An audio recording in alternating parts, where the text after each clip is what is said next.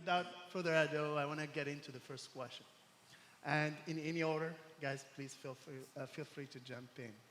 AI glasses, smart glasses. Everybody's talking about it.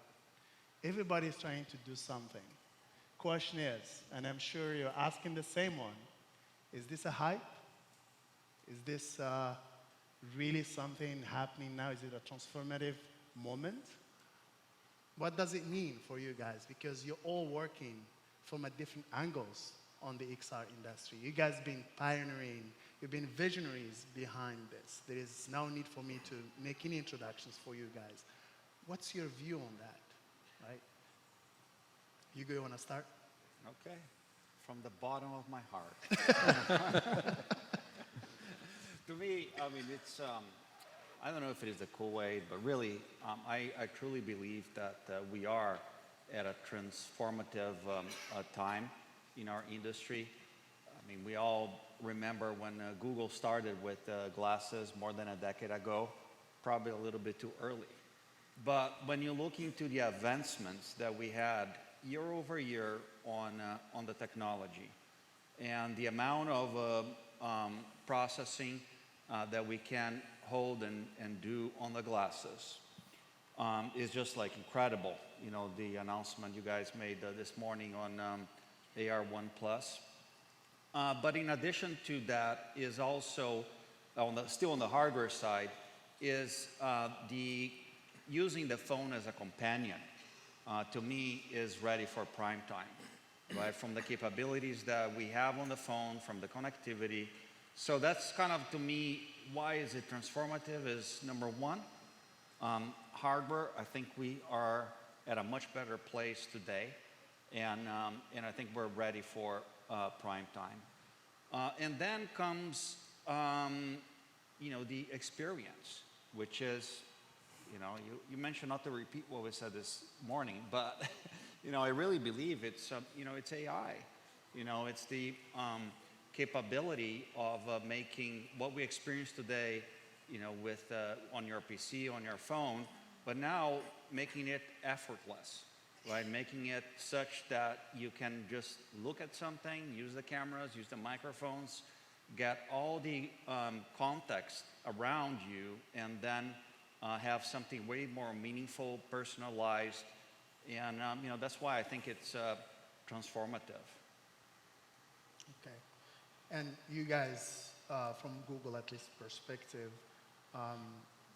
when we're talking AI glass, is there a definition of what that AI glass means for you guys? At least in the short term. I mean, on Android XR, we are supporting, you know, the full spectrum of devices, from full immersive VR MR to, you know, you can call it AR glasses or optical see-through headsets, you know, like your XReal was showing today. And then when usually we say AI glasses, smart glasses, is more of the all-day wear. That it's not really episodic like the headsets. It's more something that you're always with. And that's kind of how we are differentiating the two. You know, smart glasses working mostly with a companion compute unit like a phone. But, you know, it's going to evolve, right? But that's kind of how we are looking at the full spectrum. We're trying to create a platform that really covers all these form factor variations, because I don't think there's a single answer. No, perfect. Scott, what's your view? All right. I think AI is absolutely transformational, but not in the way we might expect. So most people, when they think of AI, they think of chatbots, talking to it, texting to it. And that's part of the puzzle, but that's far from everything. 9 months ago, we showed generative AI on spectacles, which we have a lens called Imagine Together, where you say what you're thinking, the AI will generate the 3D asset, and you can play with it, manipulate it, hand it off to a friend, and interact with it. And we are stoked to give that to the developer community today with our Snap 3D API. And that's a piece of the puzzle, but the thing that I think is most profound is what we call spatial intelligence, which is where the AI understands and can interact with the world around you, and it's freaking awesome. It's kind of like the difference between like reading and learning on a textbook and learning by doing. For example, we went to a museum and we were looking at a skeleton of a dinosaur, and you could just keep asking it deeper and deeper and deeper questions about the dinosaur skeleton to really learn what you wanted to learn. So you don't learn the things you don't want to learn, and you learn, say you wanted to know more about this particular one or this bone in the dinosaur. And so that, I think, is what is transformational, more than just a chatbot, all the additional layers we can do on top of it. Oh, that's awesome. Bruno. I'm going to answer very easily. Hey, Meta, look and tell me what I see. Okay. Yeah, great audience. AI is here to stay, okay? There's always been catalysts in every computer revolution. Okay, we call this one the fourth one, okay? First one was when computers took a whole building or a whole room. The second one, when we brought the computer to our houses and our enterprises in a desktop that was driven by silicon, okay? The third one, to the mobile, was driven by silicon, but also by communications, okay? Communications allowed that. And now we're talking about the fourth, the wearable revolution. I've been working on this for 8 years now, and there's always been some catalyst technology bringing that from every angle. The revolution we're seeing right now with AI being that cherry on the top and making this technology really transformational, you can see it, okay? I'm already wearing it. This is just evolving. I mean, I think my colleagues have pointed out use cases that are going to be revolutionary. So not a hype. It's here to stay, and stay tuned because it's just going to get better. You got me on that one. Okay. It's not a hype. Did you hear that? Do you guys agree? Oh, I love that. Love that. Right. Let's go to the future now. 10 years from now. What is this device going to become? Are we expecting everybody to wear glasses? Are there any other form factors? Are we still going to be talking AI, just like we were talking today, AI, XR? How do you see this industry 10 years from now? And obviously, each of you guys are looking at it from different approaches, right? Knowing that all of us are focused on how to ignite this market, how to make it a mainstream market.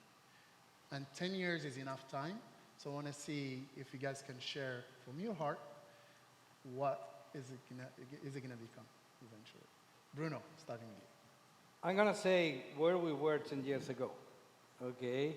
You wanted to do VR, you needed that big computer rig, dot GPU consuming, I don't know, hundreds of watts, that big cable, expensive headset. And right now, I mean, we have all-in-one devices that are, if not more capable, almost on par of what we were able to do. So there's an evolution on the hardware that is coming. So just expect for more capabilities, obviously packed in a smaller form factor. So that is opening another thing, which is apart from the software experience, which is going to be defining what we can do with these devices.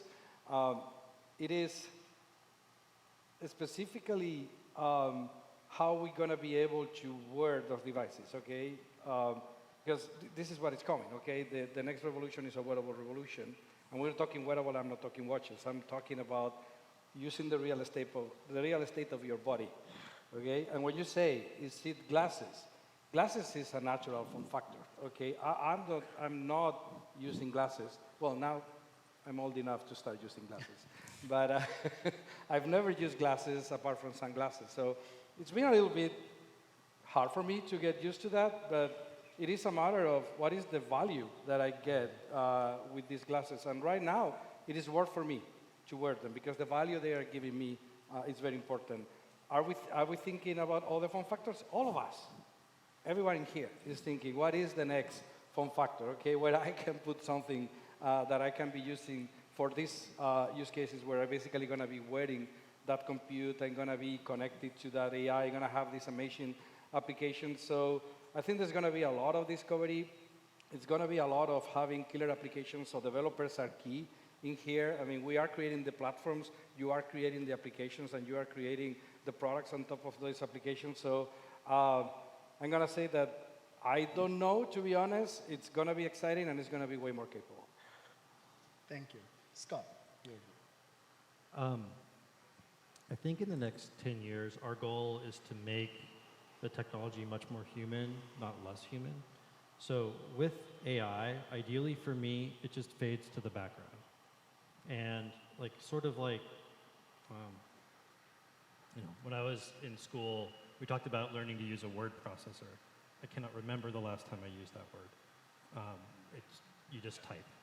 And so when I think about glasses, I think it is the right form factor because it's, for me, the most wearable possible product. It sees what you see from your perspective. And that perspective matters. It hears what you hear from your perspective. It displays just solely to you. It's really that right form factor. And now, I obviously wear glasses, so it's not the biggest leap for me to put on glasses. But if you rewind 20 years and you ask people, do you want a smartphone? Most people said no to that question. Right. And today, I really can't think of anyone in my life who doesn't have one. And so I think it's a combination of getting the right use case, getting the right performance, getting the right social acceptability. I think that is huge as part of the adoption curve. That's awesome. Hugo? Okay, that's the challenge of being last.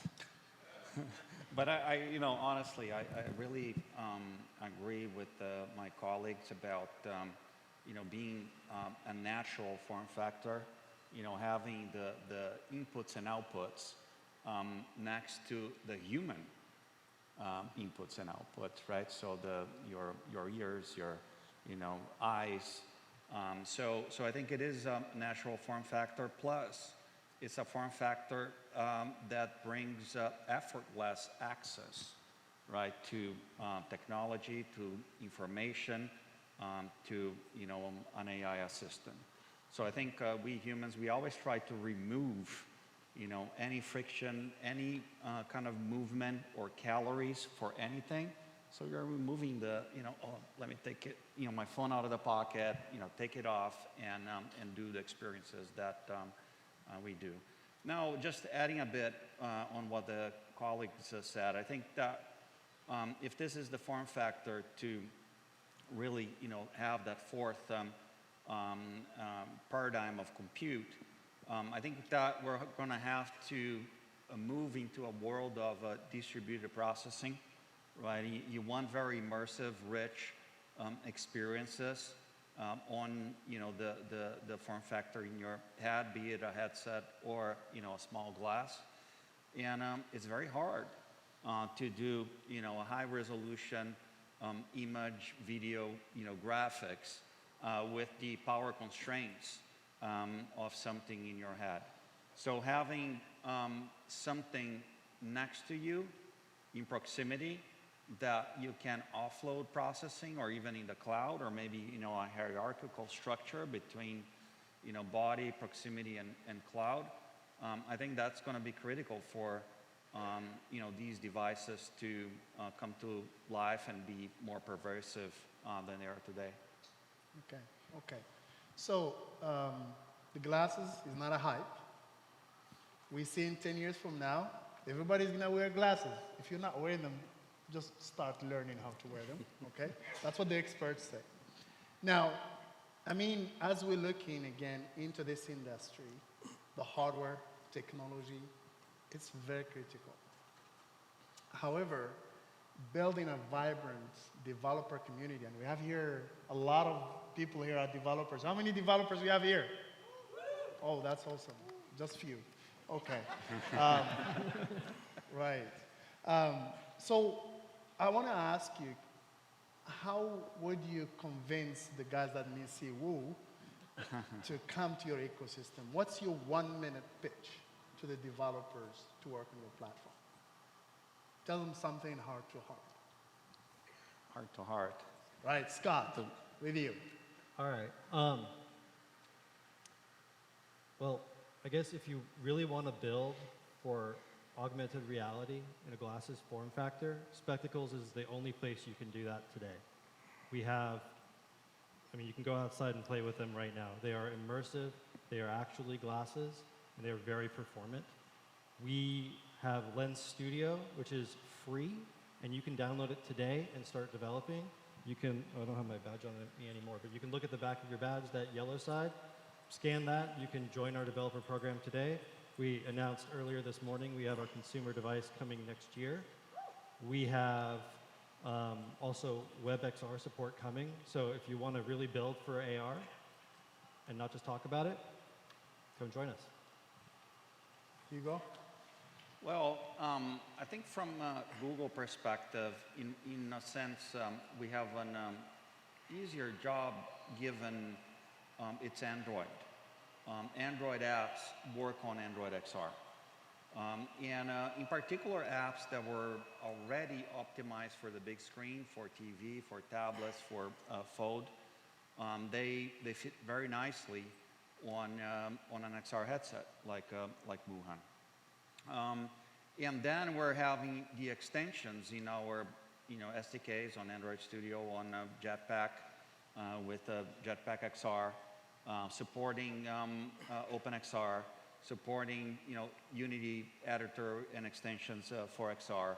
So essentially, what we want to do, and we see already a lot of positive traction, is take the developer that is doing Android for a 2D screen and take that one notch higher and try to spatialize it. Maybe there are some overlays that today you do it in the same real estate. Now you can move it to the side. So that's kind of an easy first step for developers in Android. But then we also have the developers that are fully immersive apps with OpenXR using Unity. We're also making it very easy for them to come to our platform. So I think it's building upon the 15 years of Android, that strong relationship with the community, leveraging the tools, and then having the extension towards spatial compute. That's awesome. Bruno? Well, I'm pretty sure many of you have a Quest in your house.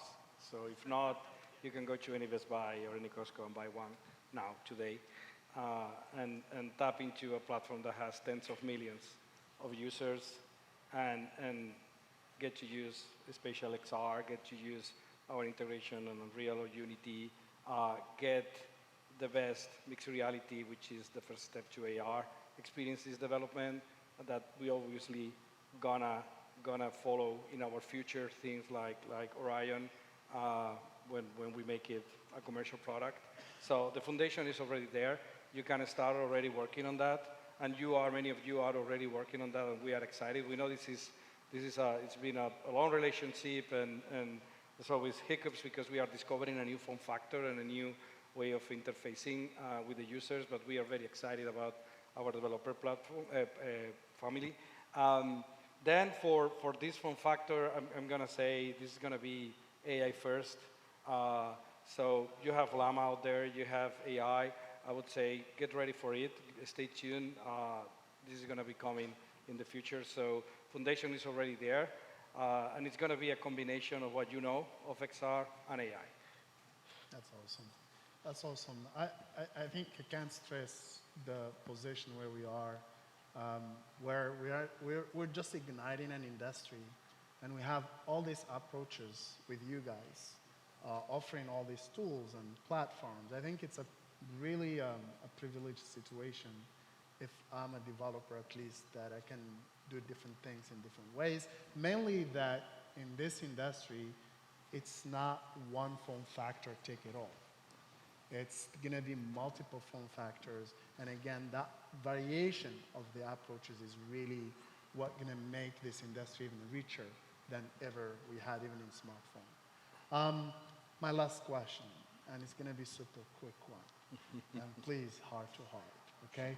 So I'm going to start with Bruno. Shoot it. You're wearing Meta, well, Ray-Ban Meta glasses. The clear frame edition, limited edition. Limited edition. The most Hear beautiful that. smart glasses out there. Wow, let's upload the limited edition. What are you using it for every day?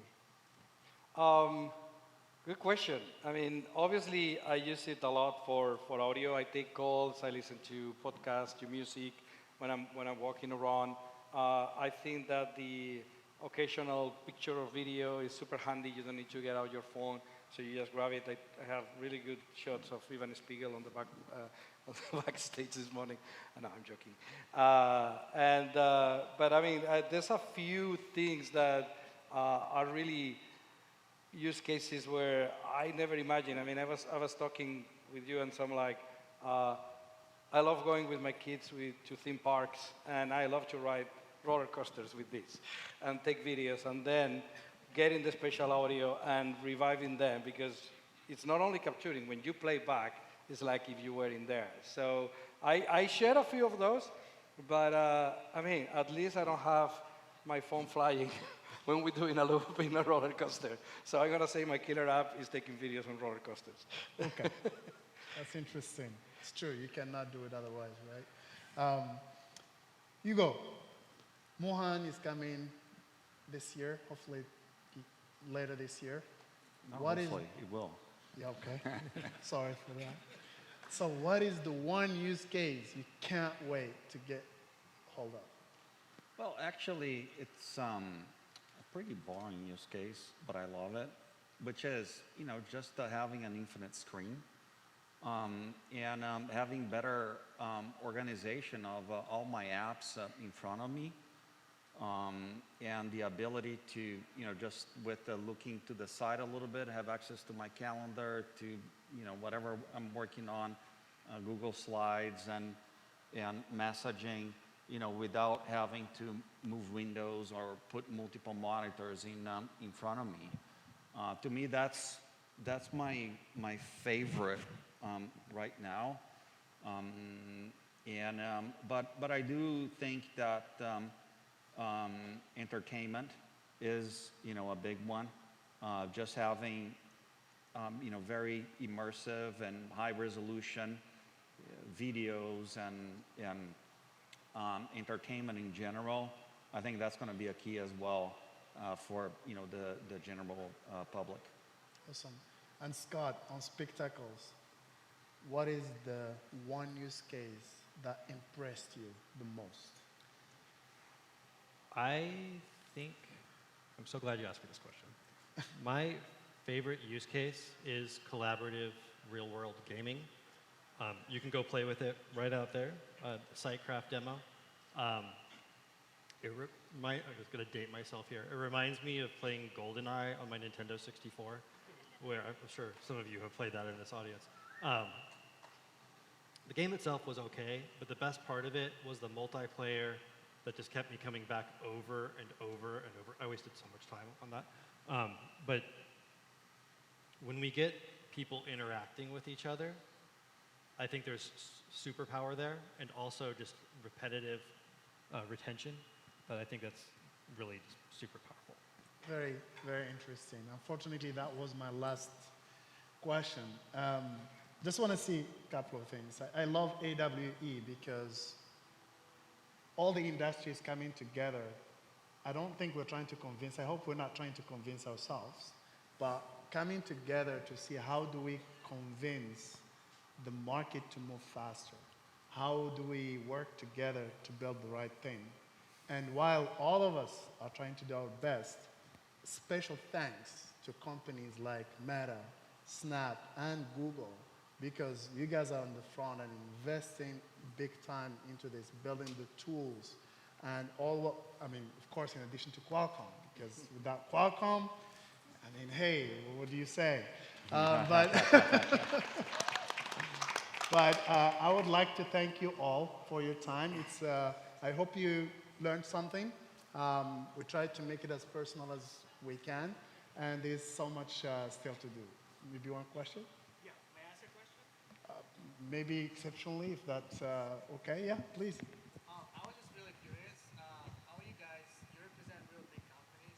What is your strategy on working with big brands in terms of showing how XR can help them? Because it looks like that XR right now is mainly for games and for training, but I personally feel like a lot of businesses out there could benefit from have their own metaverse plates. And I was wondering, like, have you have it like a strategy how you plan to do that if you do communicate? Maybe any one of you guys. I could take that. Maybe repeat just the question. Real quick, Snap has a whole bunch of engagements from Snapchat with big brands, and we just, where they make sense to bring over to Spectacles, we bring them over. So we just leverage the power of our 900 million users. And as far as Google, I mean, you may have seen during I/O the amount of companies that we're working with, creating new sports experiences and other applications that I think will drive usage. And I think that's our strategy, not only for using the Google 1P or first-party applications, but really making it an open platform for all these brands to come developing their own experiences on it. Well, with that, thank you so much, Bruno. Thank you, Scott. And thank you, Hugo. Thanks, everyone. Have a good day.